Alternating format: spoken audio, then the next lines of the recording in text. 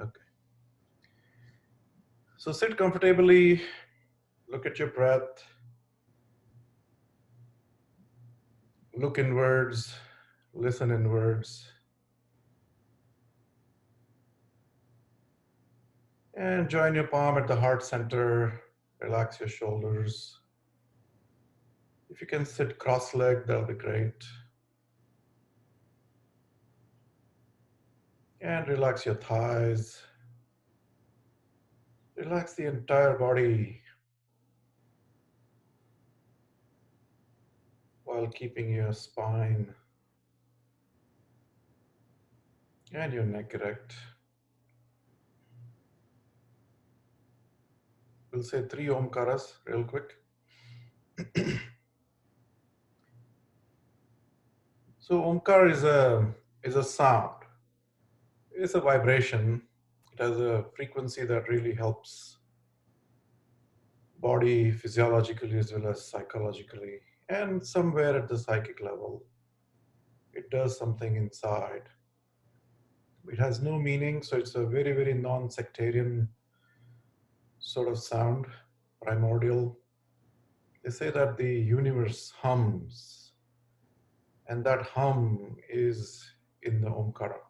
So everything has a vibrancy, frequency.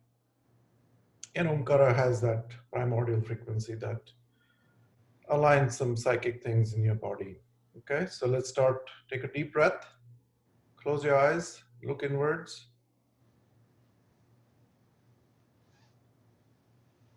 Now, there are many ways of saying Omkara, so we're going to try a few ones here today, and I'll teach you how they are done. And you should try all of them to see what works and experiment with yourself.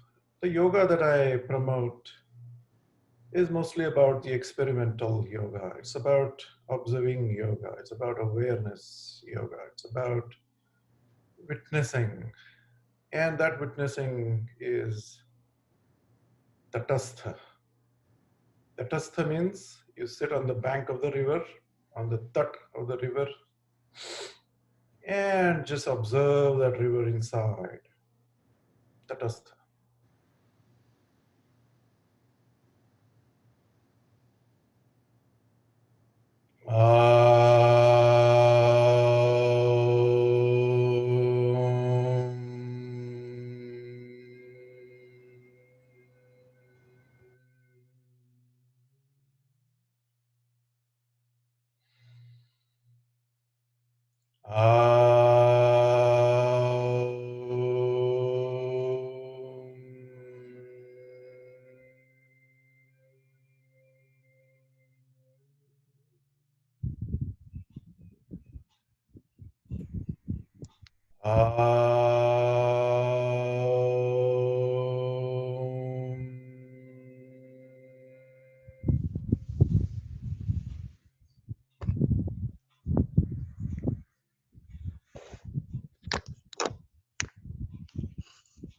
So you notice that when you say ah, you get the vibrations in your lower abdomen.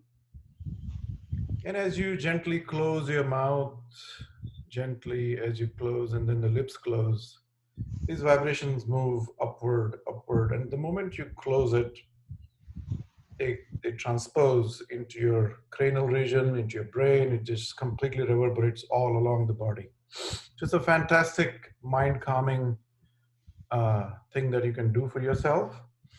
Now we're going to do the Laghu Lahari Omkara. And what does that mean? So when you take a deep breath, you're going to break that breath into smaller Omkaras.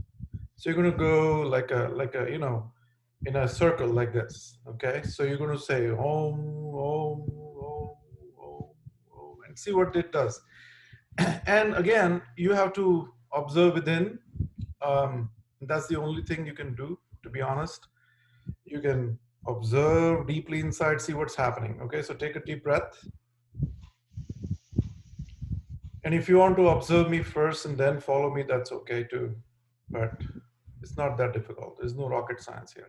Okay, so take a deep breath. Sit in Chin Mudra if you can, cross-legged.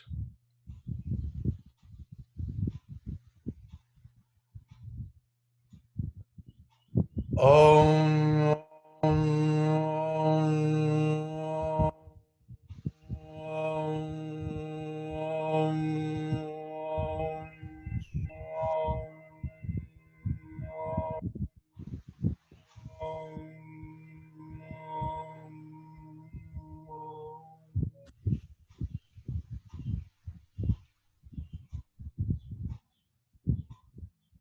This will suspend the thought process. It will suspend the left brain chattering.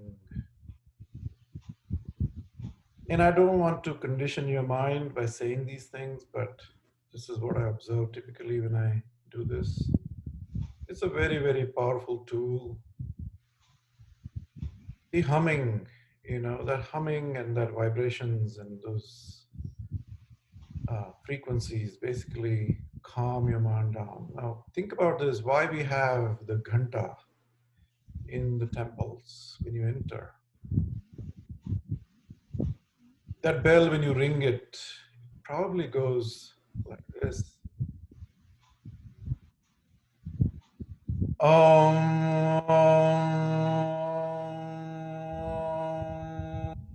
Om.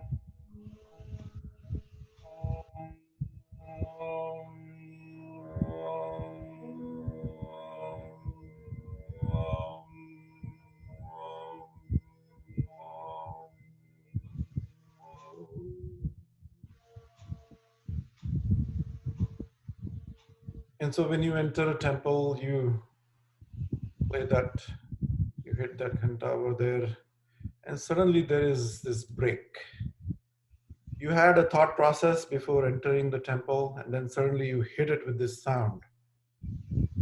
And there is a complete silence for in those few moments, and then you get into this zone of praying. You kind of tune your mind into that. That's what it does. And then the rishis in our culture, they have observed that the entire universe is nothing but sound. In the East, they have discovered that everything is energy. In our case, we've discovered that everything is sound energy. So they're basically the same thing. Okay, they're basically energy. Um, so that's a symbolic way of saying that. Now let's say the prayer real quick. Close your eyes. Sarvepi sukhina santu. Sarve santu niramayaha. Sarve bhadrani pashyantu. Ma kaschit dukhamapnuyat. Om Sahana Vavatu Sahano Bhunaktu Sahaviryam Karvavahai Tejasvinavadhitamastu Ma Vidvishavahai. Om Shanti Shanti Shanti. Take your hands back. Hold your right wrist with your left or the other way around. Take a deep breath, look up, look backward. And exhale as you come down. Get a nice stretch in your low back, in your mid back. And make a sankalpa if you want. If you don't, it's okay. Rub your palms.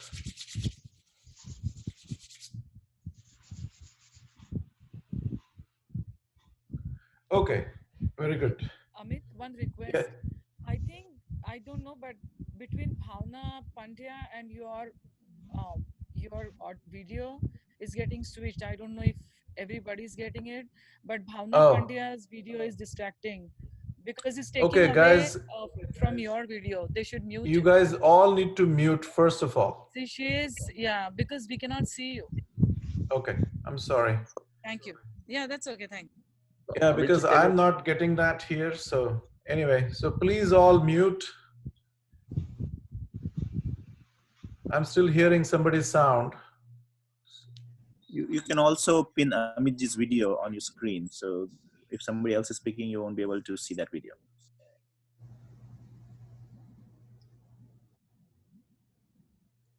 Okay, have you all muted? Yeah. Okay, please mute. Okay. So I'm going to sit back a little bit and then we will start.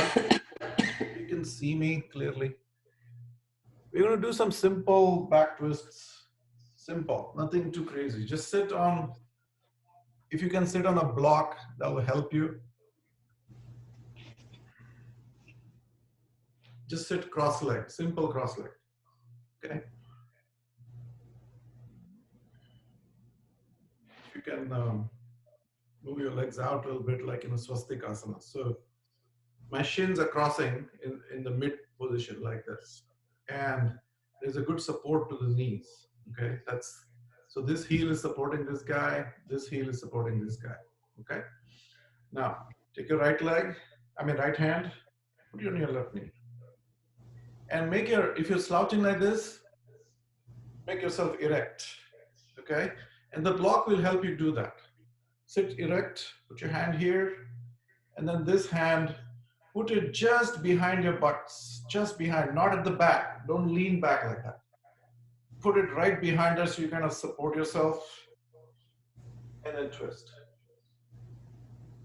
So pull yourself up and twist.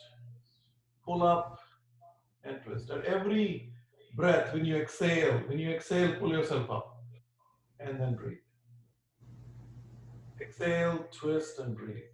Exhale, twist and breathe. And hold it there.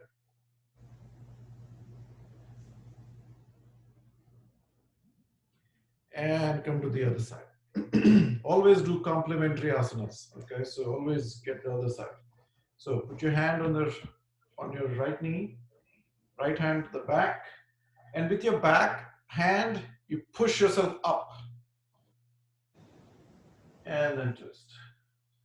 So if you're inclined and you twist, you might hurt yourself. So that's why I'm giving you these instructions. So the better it is that you sit erect.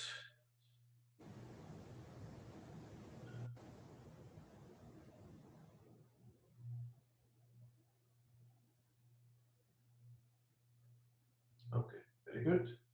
Now, change your legs, cross them the other way. Let's do it again.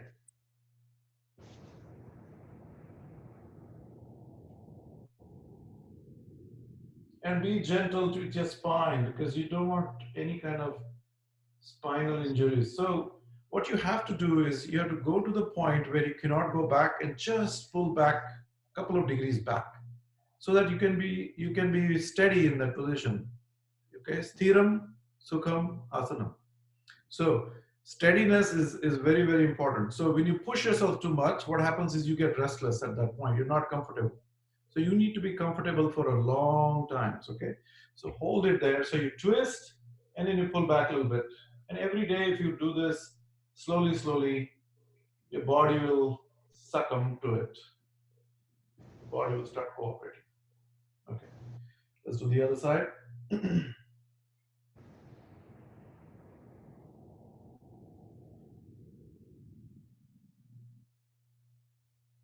Very good. Now let's sit in Vajrasana. So take the block out. And if you want to use block, you can still use it in Vajrasana as well. You just put it underneath here and sit on it. Okay? If you're not comfortable with the block.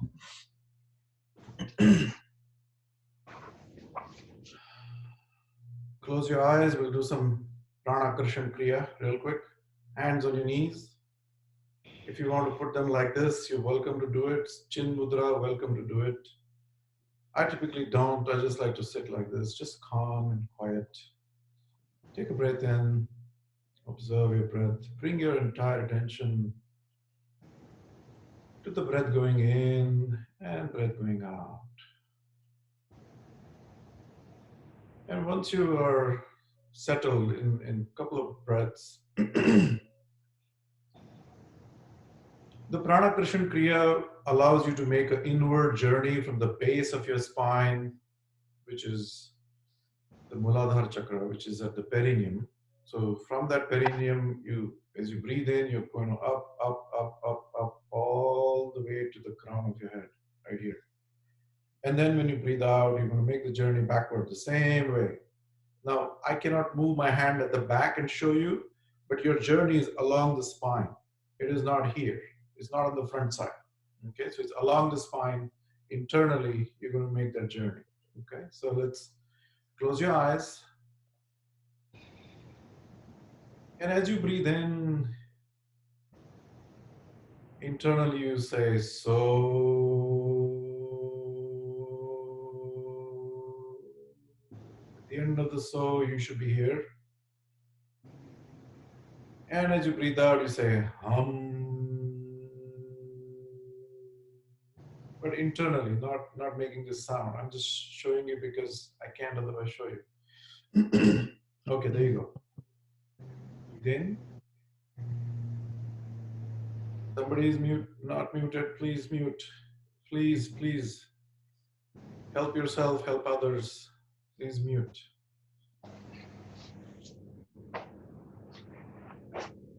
So, Arunaji, can you mute yourself?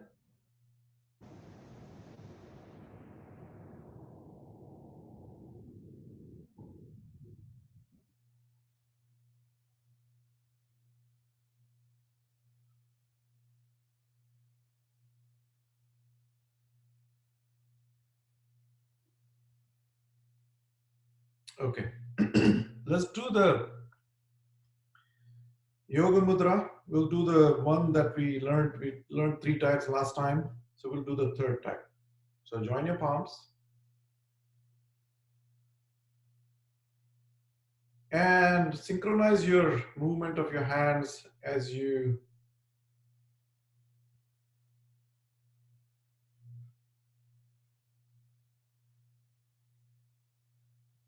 breathe in, you raise your hands.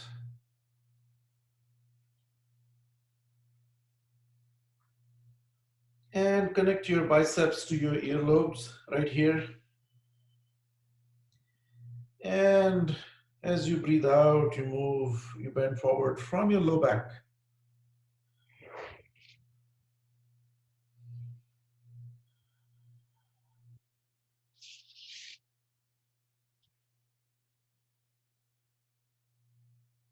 Yes, relax here.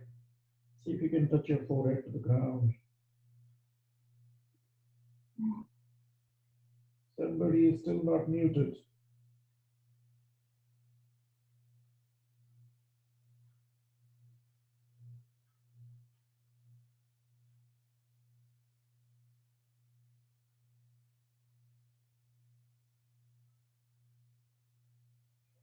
And exhale fully here.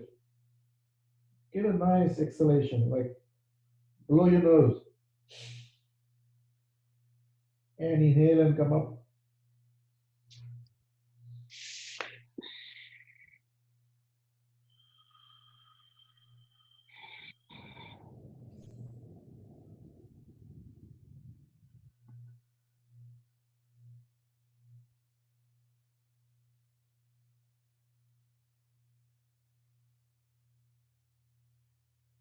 It said I've been signed out. Am I still signed in? Can you all see me?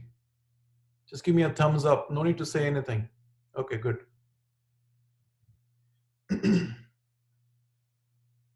Then clasp your hands. Hi, I'm sorry to interrupt. There's somebody else's face coming in between. They haven't unmuted it. I don't know who that person is. So intermittently, when you get signed out, that's when we see that other lady. Yeah, so that's It's Aruna's Aruna. iPad. Oh, Yeah, is it so me? everybody has to, Mute? yeah. Is Yeah, it so okay? everybody can mute their Prasadji, can you videos. forcefully mute everybody except myself? I Yes. did it. I already muted. Do I have to do unmute? It's a mute. You can mute your video too. Yeah, I'm doing that one right now. Okay. If you actually have an option to mute all on your There's still somebody talking.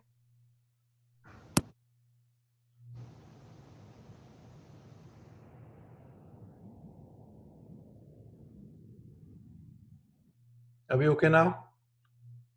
Amitji, you can mute everyone if you go and hit the participants and at the very bottom. Yeah, and then at the bottom you'll see mute all. that will Fantastic. mute everyone. Okay, I've muted everybody except myself. Nice. Thank you. Thanks for this tip. Okay, so this is what happens, guys. You know, we just lost 3 minutes of our time. So anyway, please cooperate if you can. Okay. Clasp your hands and put them on your tummy.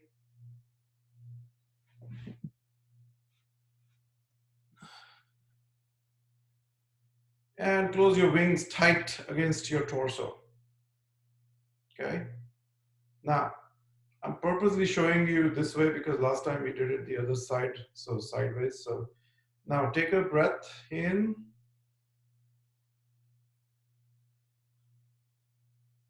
And bend forward as you exhale. Don't move your hands.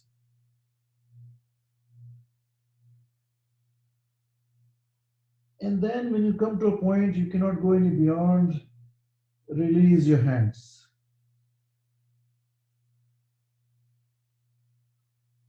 Let the elbows droop down. Let the gravity work.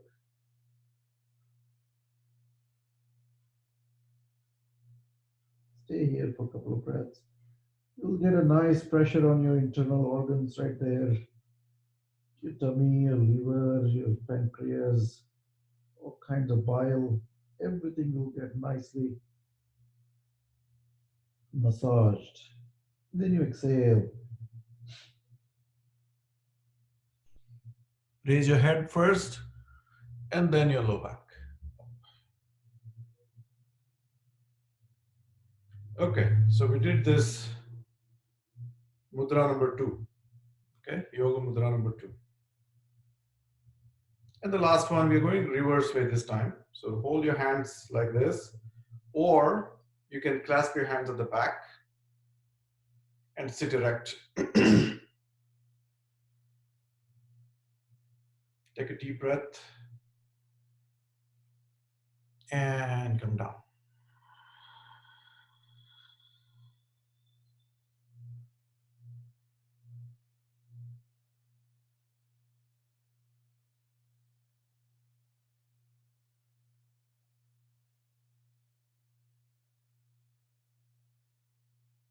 Take a few normal breaths here.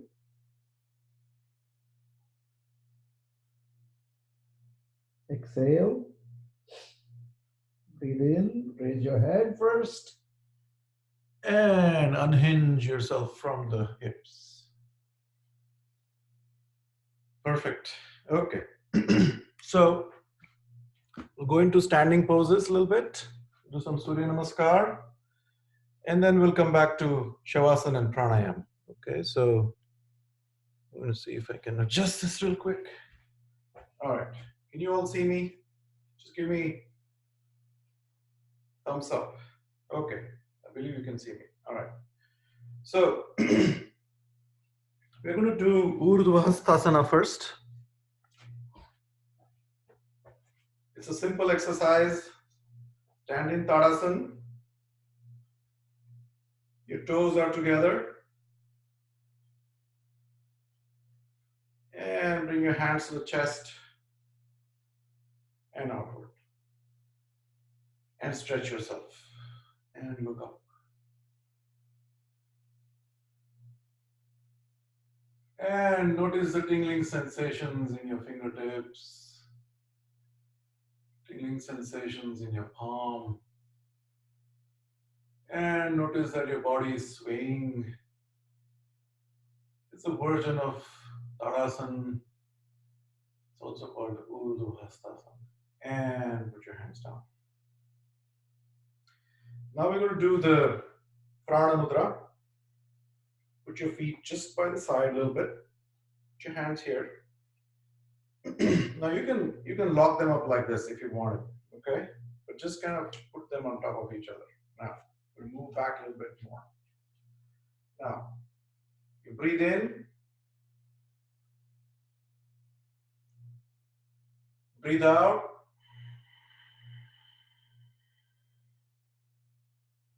Breathe in.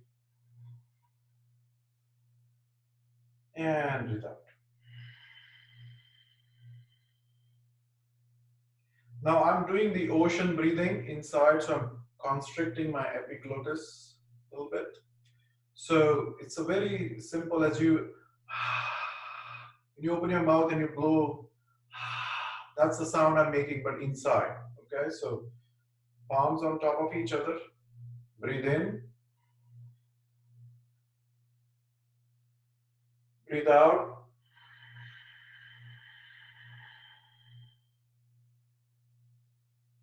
Breathe in. And breathe out. Very nice. Okay. So why are we doing this? This is all basically connecting with your breath. All these exercises that we did so far, they bring you into this moment, connect with your breath. And that's very important in yoga. So we will do some simple jogging in this part. Okay, let's warm up a little bit. And then you raise your heels and see if you can connect with your butts here.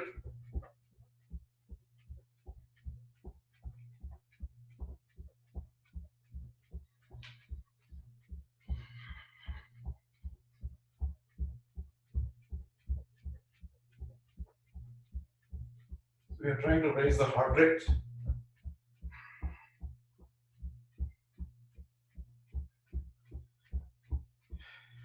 Okay, that should be enough. Stand in Tadasana again. Feet together. And hands by the side.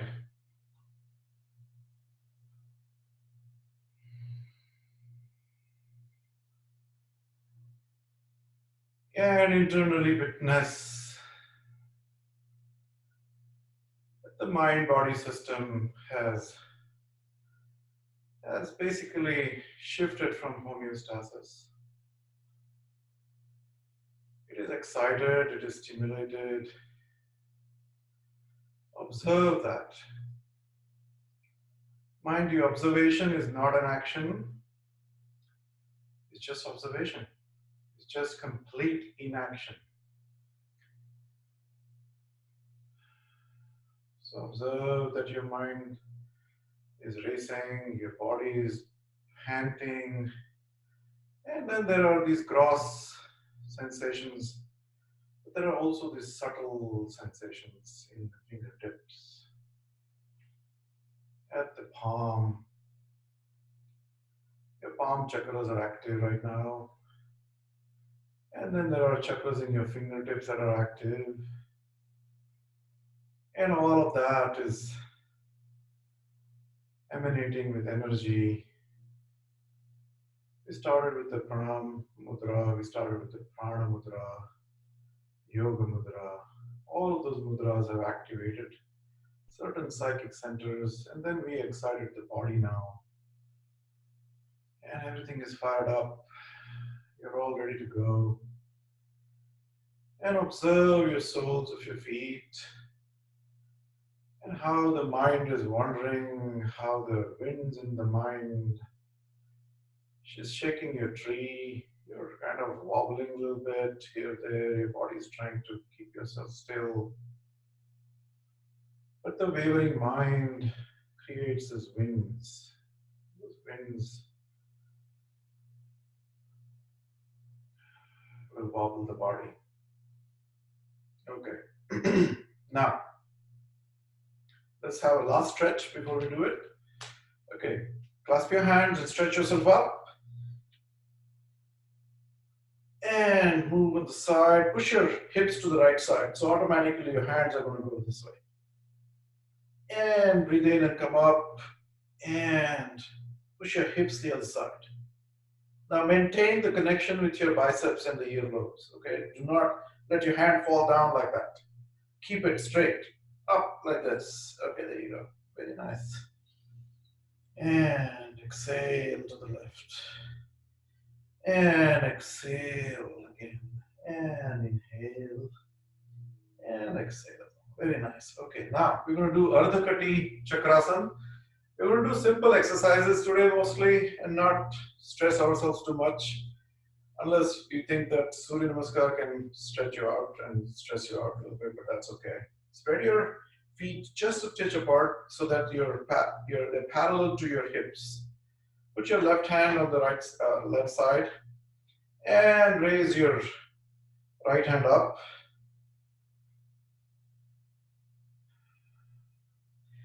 And then we start, connect your ears with your biceps and we bend on the left side. And as you bend, you try to look up at the same time. Now, this is a great exercise. Don't underestimate it because it looks very simple, but it's mentally challenging more than physically. Because we're going to hold this position, okay? As you hold it, your mind starts feeling uncomfortable. It wants to get out of it. Keep your eyes open. And after about 15 seconds into it, your mind is like, I don't like this. I want to get out. But with the mere observation, you just don't give a hoot to the mind and just stay steadfast in there. Don't bother about the mind, because mind is a kind of a thing that actually distracts you all the time, because what happens is it doesn't like uncomfort.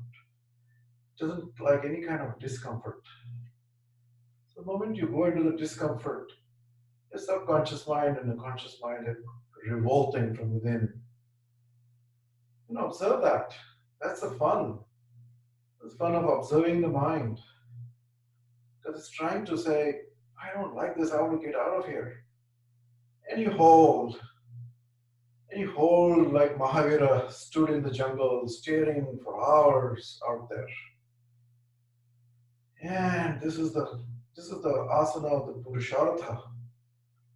It's going to develop your control, your self-control. And you observe from inside, just see what's going on. There's a storm inside you. Just observe that. Be that still center inside the storm. Let the storm happen at the mind and the physical, the body level. Because they both are friends. They both sort of work in unison. And they both drag you from here to there. So let's just observe all of that from that still center. And gently come up. And put your hand down. Very nice. Thanks for being there. Now, let's do the left side. Now your mind is expecting. Your mind is saying, I know what's coming now. So let's raise your left hand. And start going downward on the right side. Now you will notice that your mind will be more obedient here. Because the mind knows that you're going to really, really test it. And the Ardha Kati Chakrasana. Kati is your waist. Ardha Kati. So it'll be half Chakrasana. And look up. See if you can maintain that connection with your biceps and the earlobes. And I welcome you to close your eyes and observe, dive inside, and look at your own basement. Look at that storm inside.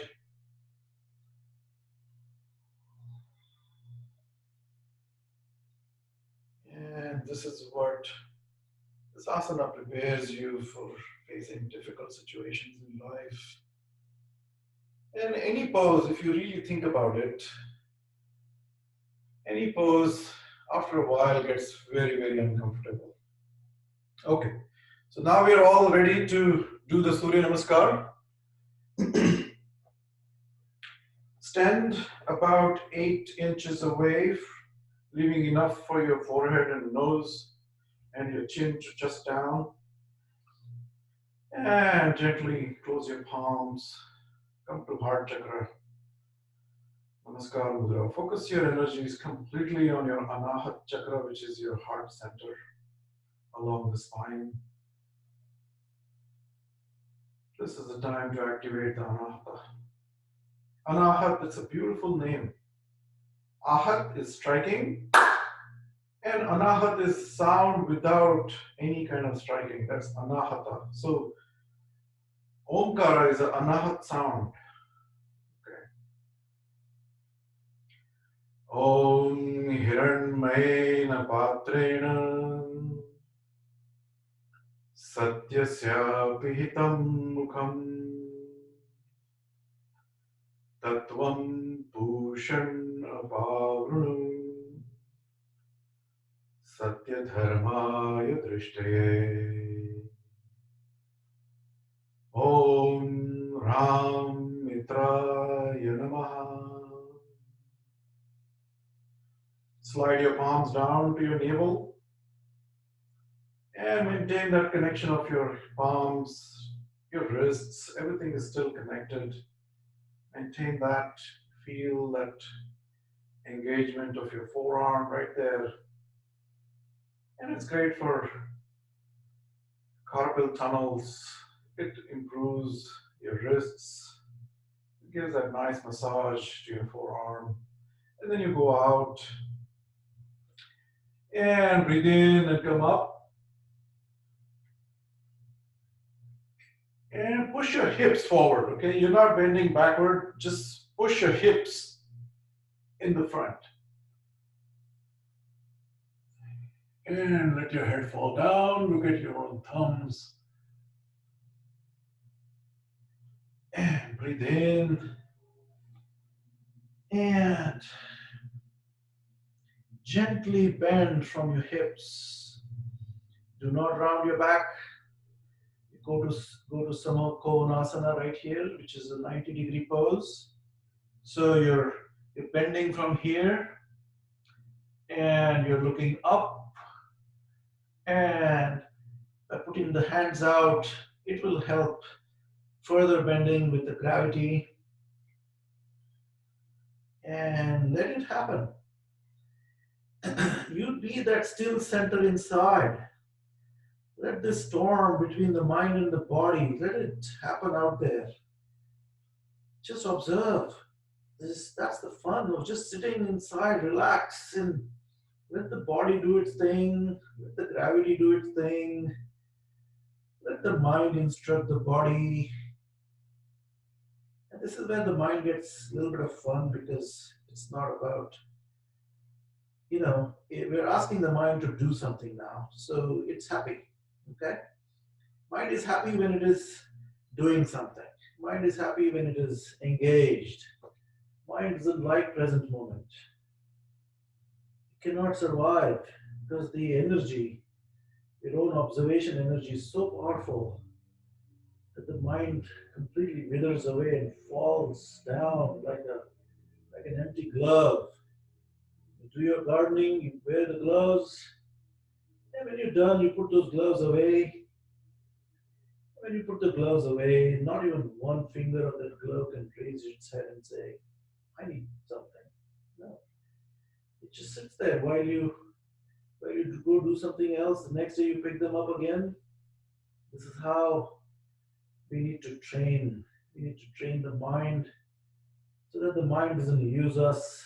We use the mind whenever we need it. And you take a full charge of your own existence. And the mind becomes subservient to you. Right now, we are all on this autopilot mode. What happens is we don't know, we've lost this awareness. We don't know what's happening. Throughout the day, at the end of the day, when you lie on your bed, you take a stock of your day, and you realize that, oh my God, the whole day went by. What did I do? Because we are on autopilot. We are not aware, moment to moment. You have to be aware. And that comes with the practice. Now, when I say practice, it sounds like there's a time, there's an effort. There's no. You just bring back like that shepherd picks up that lamb which is lost in the forest and brings that shepherd lamb back, putting it on his shoulder. That's how you need to grab that mind and awareness back to the present moment. Okay, so we are in Ashwasanchalanasana, and you look straight ahead. We already talked about the alignments enough. Keep your shin straight, perpendicular to the mat. Your palms are down, and your back leg is stretched enough so that your shin is perpendicular to the mat. And you look. This is the point where now we're going to do some psychic breathing. So imagine that you breathe in from the center of the eyebrows. Okay, breathe in from the center of the eyebrows. That's where the Agnya Chakra is, the command center. And this is the Ashwa Sanchalan. Ashwa is the horse. And it's a symbolic representation of your mind. That wild horse inside can't be tamed. Just wants to run around. Just like a monkey mind, horse mind. And that horse needs to be tamed. And you tame it by observation. There is nothing else to be done. Just observe. Like I said earlier, that in that observation, the mind becomes still. And you look out. You're just looking with the blank focus. And you're not staring at something, you're not looking at something, you're just looking. There's a big difference. Because when you see something, you start labeling it. There's a tree, there is a phone, there is a wall, there's a yellow color, there is whatever you're seeing. Okay, all these are labels. And they are not permanent. These labels just come and go, these objects come and go. Our body is constantly changing internally, externally. Every millisecond we're changing. There is a biochemical reaction happening in the body. It's evolving, it's aging.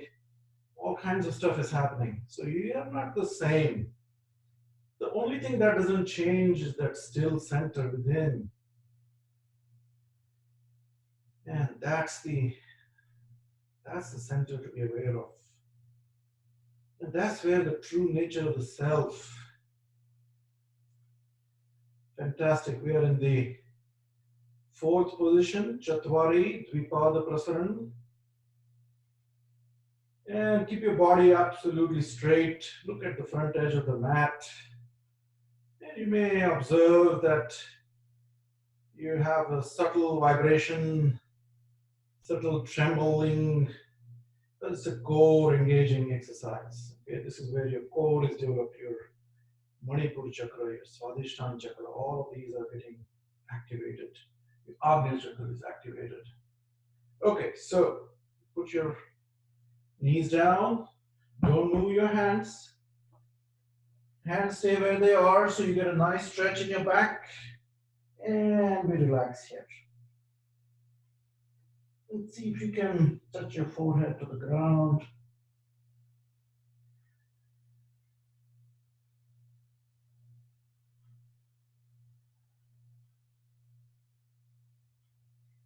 And we stimulate, we relax, we stimulate, we relax. And that's a good thing. It's kind of a tempering process, if you will. The tempering of the mind, tempering of the body is becoming stronger. And the mind is becoming stronger at the same time, but it is being tamed. Taming the mind. Yoga is a process of chitta vritti nirodha. All this wildness of the mind needs to be tamed so that, you've seen the elephant, such a powerful animal. And when it is wild, it can destroy everything. But when you tame it, you can make use of this elephant to move the world. You can pick up these big logs from the jungle, erect beautiful buildings, whatever you want to do. So once you tame it, once you tame that horse, you can ride it, it can take you to places There you go. Come to Sarvasana. It's also called the up dog in the Western world. And it's from Adho Mukha. This is the Urdhva Mukha Svanasana. Okay. So your knees are not touching the ground. And breathe in and come to Sumeru Asana, Adho Mukha Svanasana, the downward facing dog, and Parvatasana. All these are names, these are all labels. Don't pay attention too much to these labels. Let's see from within what's happening inside. Let's see what the mind and body system is doing. So the taming process, the tempering process is on. And the goal here is to see if you can touch your heels down. So put your leg up and put that other leg on top of it. Give that extra weight there. While your hands are engaged, you push with your hands. And put it down. And reverse it. See if you can touch your heels down there. The goal here is to touch your forehead to the ground. And it will happen. If it is destined to happen, it will happen. Okay? We are not really doing it. Okay? Nothing moves in this world without the will. Nothing moves. Not even that leaf out there on a tree. Everything is happening on its own accord. What I'm trying to do is I'm trying to take away the doership from the yoga. There are so many people out there who will tell you, do this, do that, do this, do that. But I want to go in the other direction, say, don't do anything. But again, when I say don't do anything, it will need the karta inside you to not do anything. So it's not about that. It's about observing how the mind and body is doing stuff. So your daily routine is still the same. It's not about saying, I'm not going to do anything. That means you just sit on the chair and watch TV. No, that's not what I'm saying. What I'm saying is take that karta bhav away from whatever you're doing. Then it becomes worship. Then whatever that work you're doing becomes worship. Okay, here we go. Relax.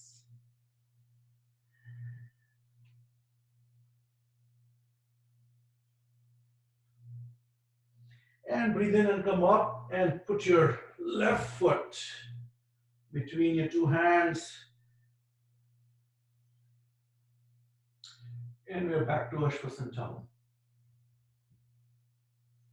Tame that wild horse by being still, being equanimous from inside, being absolutely still in that moment. And have you ever thought that this moment is the moment? This moment is infinite at the same time. It's here, but it's also infinite. Why it is infinite? If you really think about it, this moment of the universe, think about the farthest star out there, to the nearest blade of that grass in your lawn, in the backyard, and to this mat. All of this is in this moment, at very this moment. So this entire infinity, entire Ananta Samapatti, that's why Patanjali says, surrender to the Ananta. Surrender into this infinity right now. And how do you surrender? It's not an action again. It's just about accepting internally it is what it is. Accept that what is. And what is right now, you are here on this mat. You are in this Ashwasanchalam position.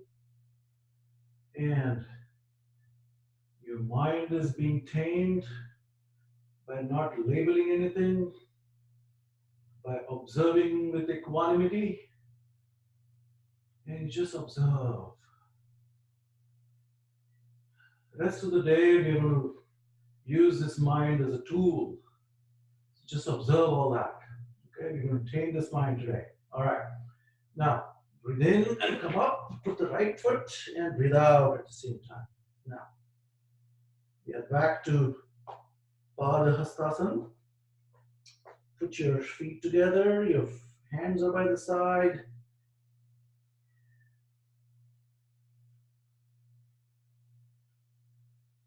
And come to the stillness again. So here's the thing, right? We move that chakra, that storm. We move that, and then we come back and sit in the center again. We move, so we oscillate between the outer and the inner. The outer and the inner, we oscillate constantly. You tame that horse, and then you ride it. You tame that horse, and you ride it. Tame that horse, and you ride it. Very good. Okay, so we did the first Surya Namaskar right here. The second one is Om Hrim Ravaye Namaha.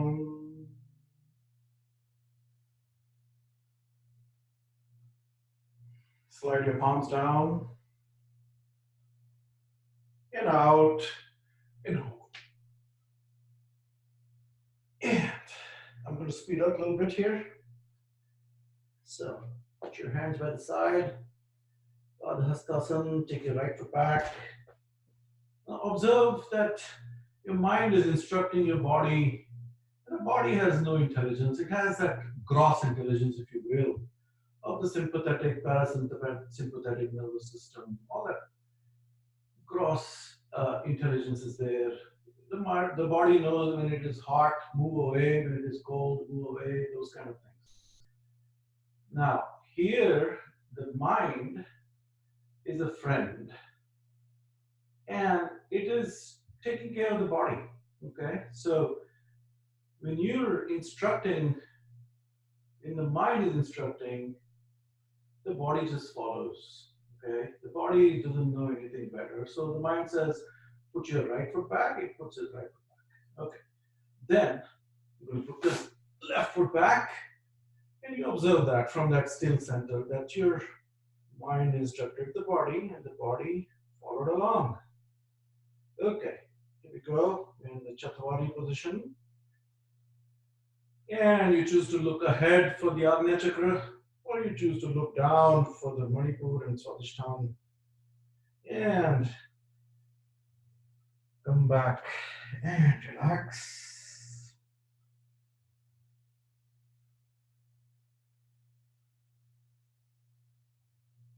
And breathe in and come up. And come to Sashtang Namaskar. Focus all your energies on your Manipur Chakra, which is right around the navel.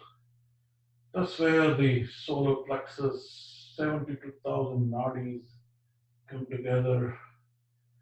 And the moment you start going down below from the Anahat Chakra, which is the heart center, you're going into the zone of the instincts. So above, as you rise from Anahat, you go into the realm of intuition. Okay, here we come, Sarpasana. And Parvatasana.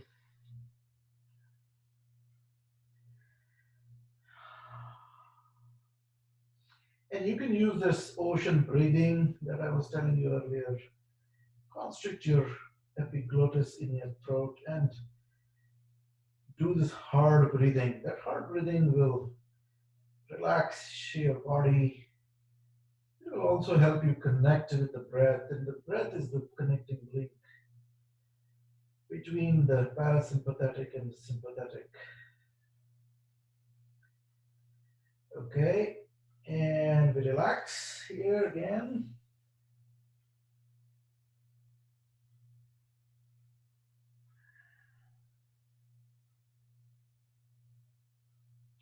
Breathe in and come up and put your right foot up. And come to the Ashwasanchalan. And you may notice that you're better at this now. Your mind is here now. It's looking with equanimity. Equanimity is the perfect balance of the mind.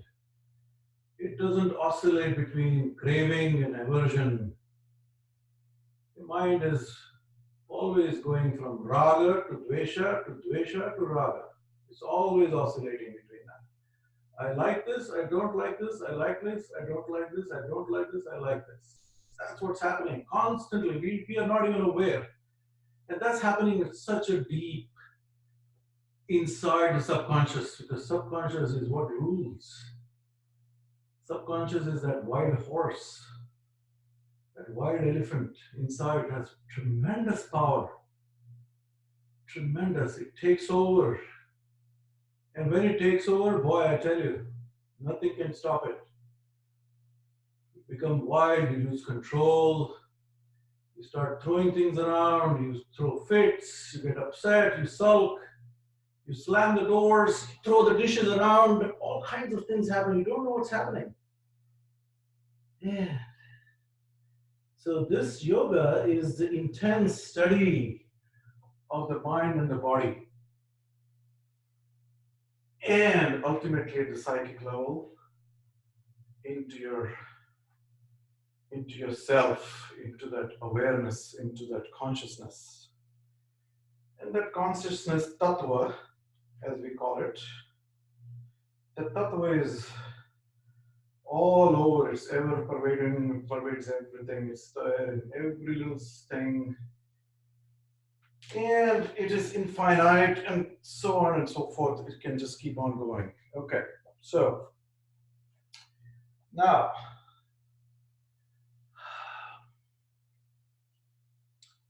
I don't know how much time we have now. It's already 8 o'clock. So we're going to do some chair poses for people who cannot do certain poses. So if you have this chair at home, please bring it, but any other chair is not going to work because it's not very stable. So unless you want to sit on your bed on here, okay, that is stable. You need a stable base. So what we're going to do is some simple twisting that we just did earlier. So you sit with your feet perpendicular, sit comfortably, and then you grab the center of the chair like this, and with your left arm, you put it at the back, you hold that back, and you twist. So the beauty of this chair, it basically is extremely stable, and it's very basic in its thing. There's no cushion, you're directly on the surface, and there you go. So you twist like this. Now, I can turn around and sit sideways like this. And with my left hand, here, let me show you this way. I'm sitting like this, my back is erect, okay? Now, with my left hand, I'm gonna grab this. My right hand, I'm gonna grab this. You're just putting your hands here, doing nothing else, and just twist. So here's what's happening. This leg here is preventing from this knee moving this way. So obviously, I'm getting this nice twist in my back. And this exercise anybody can do. If you have any injuries with your back, of course you can do, but you know, some people cannot sit on the ground. And this is a simple exercise. You can do it in your office while you're working and slouching against that computer. All of that just takes about a few minutes. Okay, so then I move back and go on the other side of the chair. And with my left hand, I'm going to grab this. With my right hand, I'm going to grab this. You can get a nice grip here, but this hand is just basically pushing the left hand. And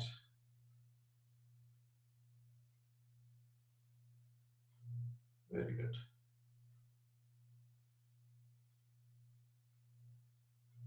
Very nice. You just hold there. And this doesn't take very much. You can just, even watching TV, you can do this. It's very, very easy to do. Okay, there you go. Now,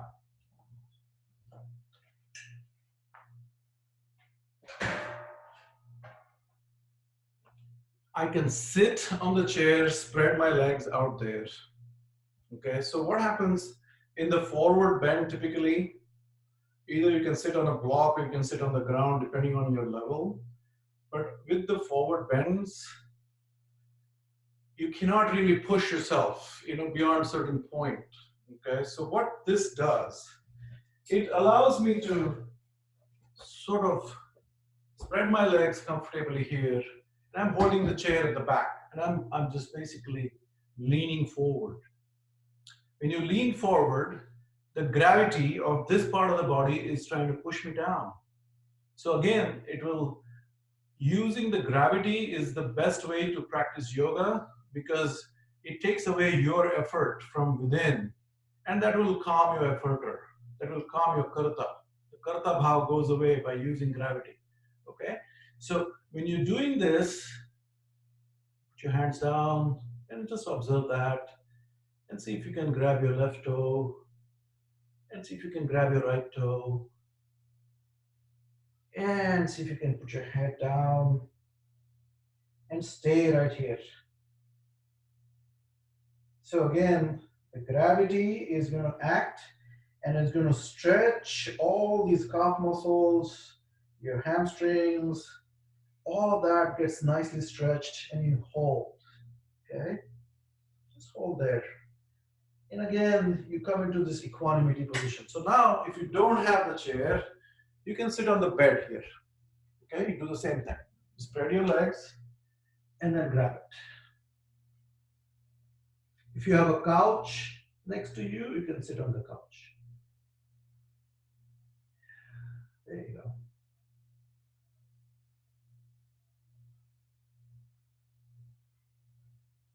Now, I can also raise my hands up and go one side. So this is the Prasarita Pada Paschimottanasana. But in an elevated pose. Nothing wrong. I think this is great. It's a good way to sort of, use the gravity and you get the same benefits. And then this is Prasarita Pada Paschimottanasana.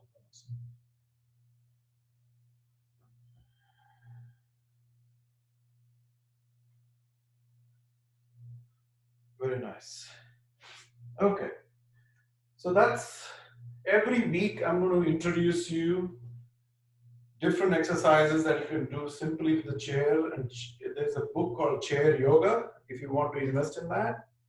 It's fantastic. It will take you all the way to all kinds of advanced poses. This chair is amazing. Okay, so that's the one I use quite a bit. Even to do my Sarvangasana, I use the chair. Okay, so because it gives a nice support to the back, and I'll show you eventually as we all get this chair. When I see you all, I think we can do this. Okay. Now, if you're using a belt, I would say sit on the block with your left heel inside so that your left foot is against the inner thigh like this, okay? Like that. You put it up in the straight line, okay? If it's not in the straight line, make sure it is, okay? So the right side of the body all along is in the straight line. You take a belt, drape it over your foot, and grab it like this, grab it, and pull yourself up. And then with your hands, you pull. Keep pulling that belt. And the goal here is to keep your back straight, okay? You're not rounding your back off. So pull it and look up. Pull and look up. And you hold there, relax your thighs, relax your kneecap. and breathe normally. So what I'm trying to teach you is basically how to go step by step, step by step. I'm not interested in the final pose. I'm interested in the journey of how to get there, okay? So the interesting thing here is how do you maintain your back straight and you gently are pulling yourself forward using this belt. Someday you can grab your toes and keep your back straight at the same time. And then someday you can probably put your forehead to your kneecap. That's the goal. All right. So this is Ekapad Paschimottanasana, if you can call it. Okay. So you're pulling and pulling and pulling. So those who cannot go beyond this point, it's okay. All right. You just hold it right there. But those who can, now the other way you can do it, you can hold the breath like belt like this so that you have a nice grip. And then you hold and you pull up. Hold and you pull up. Hold. And you hold it. See, the idea of holding, there are two things happening. One, at the mental level, you get used to the discomfort. You get used to being sort of, the mind is kind of getting tamed. But at the same time, at the physical level, all these muscles are getting stretched. All this fresh blood is gushing into these muscles, taking all these toxins out. And you're basically detoxing your body. So make sure you drink a lot of water after this yoga. So you hold it, and that's enough. So you do that, and then you do the other side. Always do the other side. Now, if you don't have the belt, you can use that, just a towel. You know the hand towel that I showed you earlier? So here we go. Put the head, belt straight, and then grab it, and see if you want to twist it so that you don't lose the grip, and you meditate. Go into this, look up, and you're just bending from your back, from your hips. You're just hinging there. And you will notice that multiple muscles are being stretched. All of that blood is irrigating. That wonderful muscles are. Now, there are two things that psychologically happening. Okay, one we talked about the physiology, where the blood is gushing. But you heard of something called the muscles getting tight because of stress. And that is happening because we store up all that stress in the muscles. We store up all those negative emotions in the muscles. And when you do that, the muscles become stiffer and stiffer. Your joints become stiffer because the muscles directly affect the joints. And ultimately, slowly, you start getting stiffer, and your arthritis starts to set in at a certain age. We have no control over the tongue. That's another wild horse out there we'll talk about. The tongue is the most destructive thing, if I can use this word, because we have no control. It's directly connected with your subconscious. It wants this tasty food, and that taste, we get addicted to it, and we want to eat that spicy food. And all that spices go inside the tummy, all that bile is secreted, all that acid is produced. And guess what happens? All that acid gets absorbed in the body and it settles in your joints. And then what it does, instead of eating your tummy lining, it starts eating your cartilages. And that's the onset of arthritis. The acidity. How do you control the acidity? The food that you eat mostly, the stress. And so you need this control over the tongue. All right, so there we go. We stayed here for quite a bit. It's fantastic. And then you release. You'll feel great after just doing the simple exercises because it stretches everything. All right, now it's 8:10 and we go into Shavasana. All right, let's do some Shavasana. So lie on your back. We'll do some quick relaxing exercise of Shavasana. Shavasana is one of the most difficult asanas. It looks very simple, but it's talking about the 4 stages of the mind.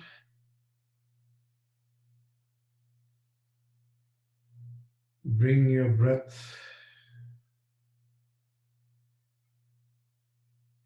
See that you're breathing through your navel.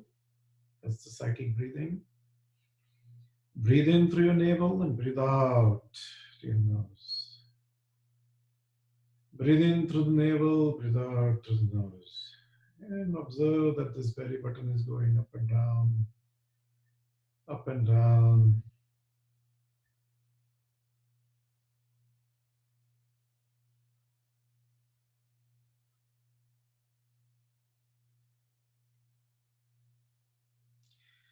So last time I chanted something for you guys, and that's what I was trying to explain in the Adi Shankaracharya's Prata Smarami Hridhi Sanspurudatma Tattvam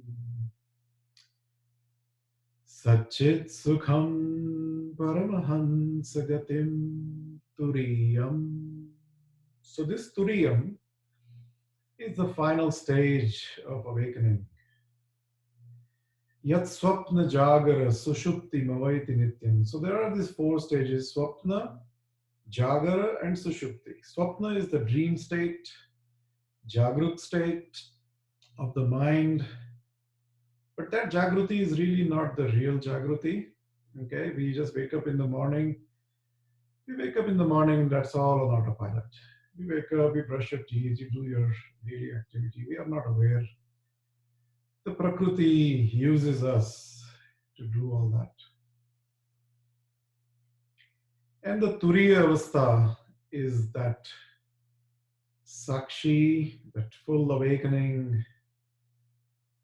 And we have risen from that. We've broken out from the clutches of the autopilot. And we say, nothing doing, I'm going to turn off that autopilot. I'm going to take charge of the body and the mind. And I'm going to live my life. So that's the Sushupti, Jagrati, Turiyam. So Swapna, Sushupti, Jagrati, and Turiyam. Those are the 4 stages of the mind. So the goal of the yoga is to take you there. And how do we take you there? Let's sit on the side of a nice pond. Imagine you're sitting on a beautiful pond like Manasarovar. There's that beautiful sky reflecting into this sarovar, into the pond. The water is completely still. And you're seeing this beautiful reflection of the Kailash into this Mansarovar. And there is a reason why it is called Manas Sarovar. It's talking about the state of the mind. And how does the mind is constantly rippling, constantly creating these kind of vibrations, dragging you from clinging, from aversion to, from raga to dvesha, is constantly oscillating. And those are oscillations, those are the vrittis of the mind. And Atha Yoga Anushasanam, that's what Patanjali is saying. It's an Anushasan of the yoga. And how do you create that Anushasan? By calming the vrittis of the mind. And by, when I say calm the vrittis, we're not really doing an effort to calm the vrittis, we just observe. And here's what I'm trying to give you an example. Seeing the beautiful reflection of the Kailasha in the Mansarovar. And you see that amazing bird flying. Maybe it's a swan. Maybe it is something that you like. Maybe it's that Chataka Pakshi. Maybe it is a beautiful bald eagle, and it's carrying a twig in its beak. You see that. That's the thought in your mind. You close your eyes, you see the thought like a bird flying across the sky. And that bird carrying that little twig of this wood drops it into that lake. The moment it drops it, it starts creating ripples on that surface. And suddenly all that reflection is gone. That beautiful Kailasha is gone. And these ripples are coming towards your shore where you're sitting, observing that. And you get upset about something. And what is the mind upset about? It doesn't like these ripples. It wants to go fix it. So what does the mind do? It jumps into the water and starts calming every ripple that is coming from that twig. It starts to calm it down. It starts to, and it creates more ripples in the process. It has created 10 times more ripples than that twig has produced. And not only that, there was clear water. You were able to see all the way to the bottom of that lake. And suddenly, by you jumping into it, you muddled that water. You created those ripples. You can't see the bottom anymore. And somebody like Buddha walks in, somebody like Mahavira walks in, somebody like Krishna. And they're smiling, they're watching this game. And Shiva, probably from the Mount Kailasha, says, guys, just get out of that water and just go back and sit on that bank. And sit on that bank, leave that water alone, and close your eyes. And 5 or 10 minutes go by, and you open the eyes, and you see that Mount Kailash perfectly reflecting still on that water again. The water is clear. And this is what we do in life. That bird is the thought, and that thought drops into your consciousness, creates this vrittis, the ripples.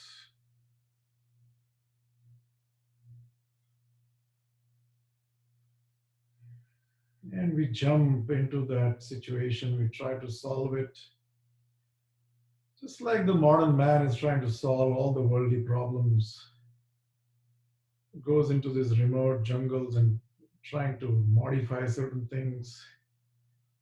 And we don't know what repercussions that is happening. 10 years down the road, we realize, oh my God, we shouldn't have done that.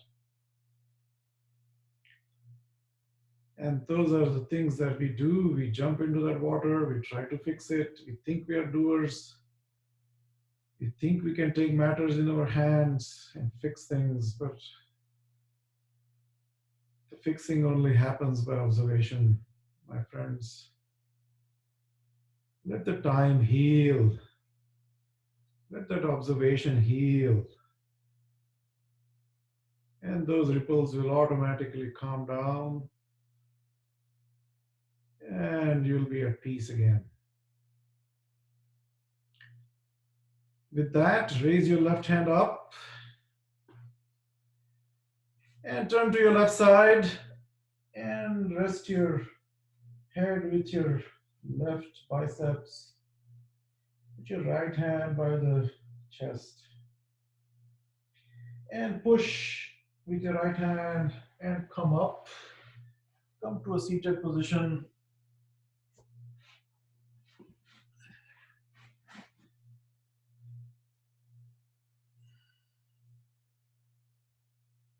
Okay, we have 10 minutes. We're going to do some pranayam, some breathing techniques. So today we're going to learn the Kapalabhati pranayam of the thoracic region, the thoracic. We've been doing the abdominal. Today we're going to do the thoracic region. Okay, how do you do that? Close your eyes. Sit in Ardha Padmasana or Padmasana. So put your heel to your perineum inside there, and then put your right foot up there on your on your left foot or left thigh. I'm sorry. And sit in Chin Mudra like this. Okay.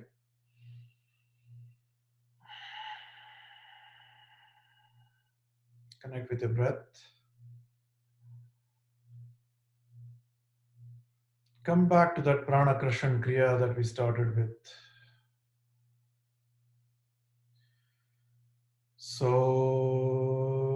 you rise as you say so, all the way to the crown of your head. Hum. You descend down. You descend down from the Sahasrara to Agnya Chakra to Vishuddhi Chakra to your Anahat Chakra to your Manipur Chakra to your Swadhisthana Chakra and to your Muladhara. And then you breathe in again from the Muladhara. You travel through the Nadi, and that Nadi is the Sushumna Nadi. Okay, the Sushumna is the center of your spine, which has three sheaths around it. So if you drew three circles, 1, 2, and then there's a small circle inside. That Sushumna Nadi is in the center. Outside of that, there's another sheathing called Chitrini Nadi. And outside of that, there is Vajra Nadi. So there are these sheaths. Within that, there is the Sushumna. And you're traveling along the Sushumna. Okay? So here we go.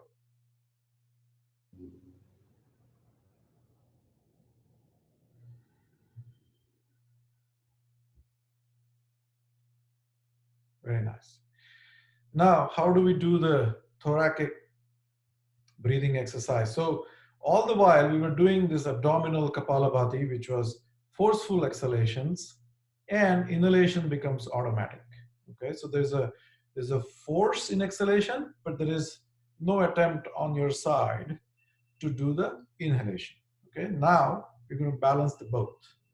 Okay, so what you're going to do is you're going to just use your upper lungs and you're going to breathe in, breathe out, breathe in, breathe out, breathe in, breathe out. So there is equal force in the breathing out, equal force in the breathing in.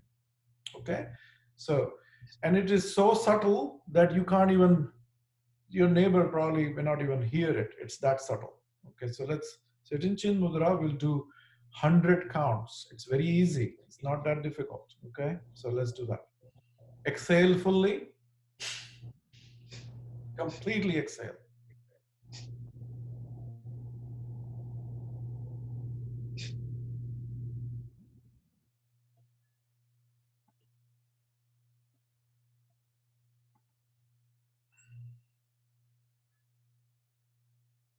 And breathe in half of your lungs. And begin by doing Kapalabhati only with your breathing. So here we go.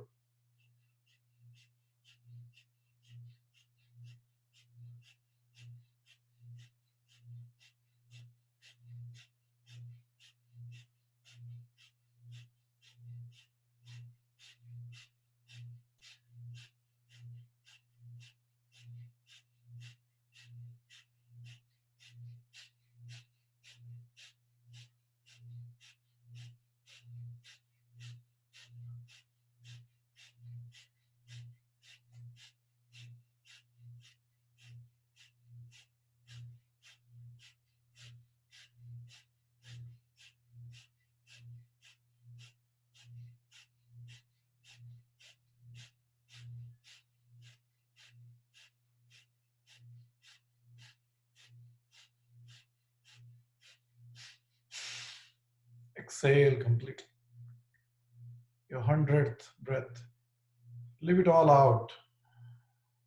Completely exhale. Hold your breath out there for 10 seconds.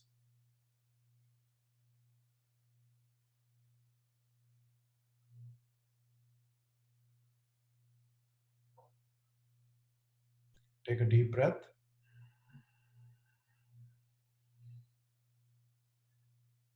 And breathe out very gently.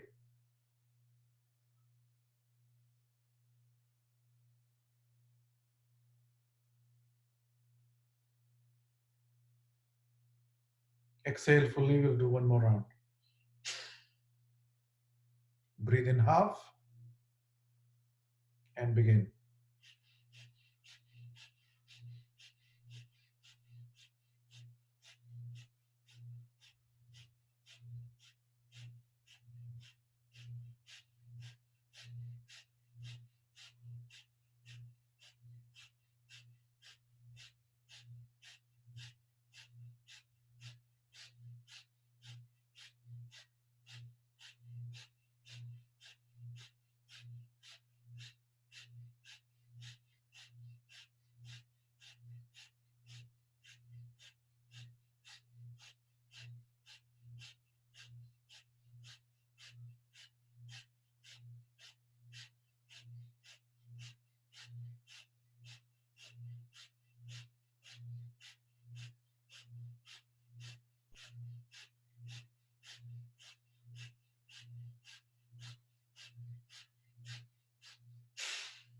Exhale fully. Pull your tummy in.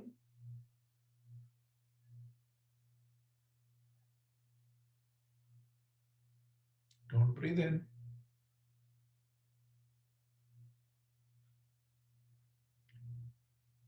Hold that rechaka outside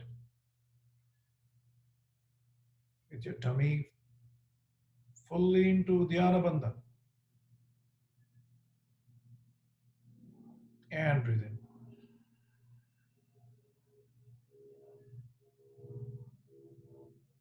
And breathe out very gently. Take twice as long to breathe out.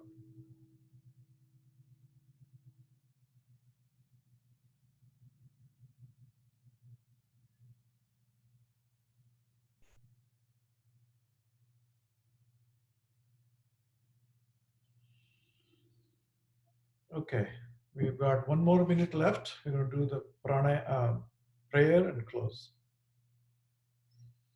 Join your palms to the heart center.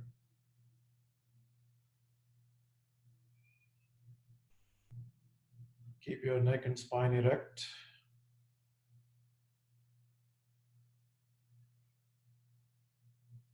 Relax your shoulders.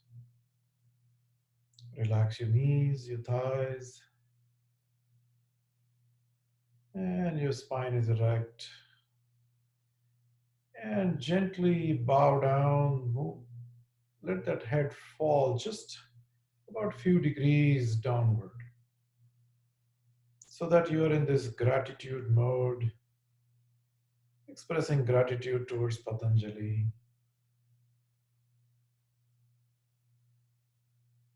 We'll say Omkar.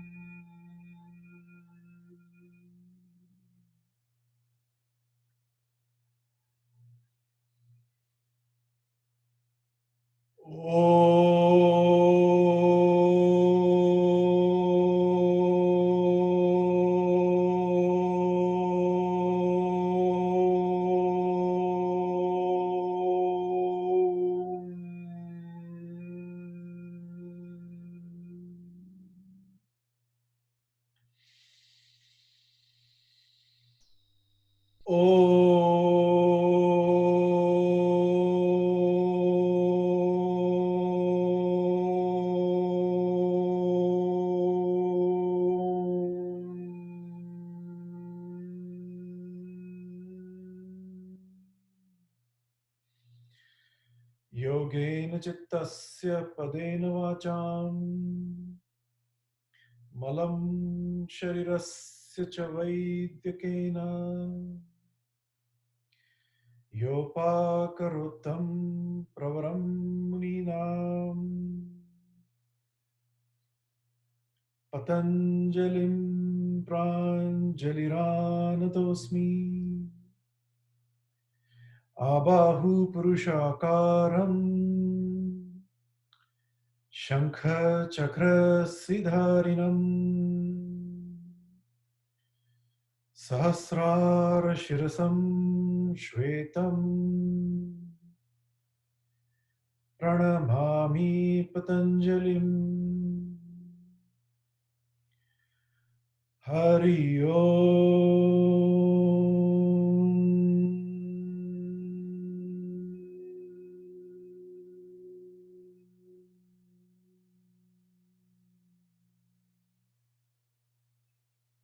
Take your hands back. Breathe in and exhale as you go down.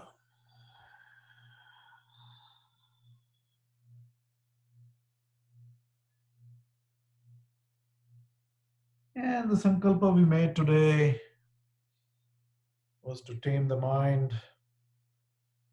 through observation.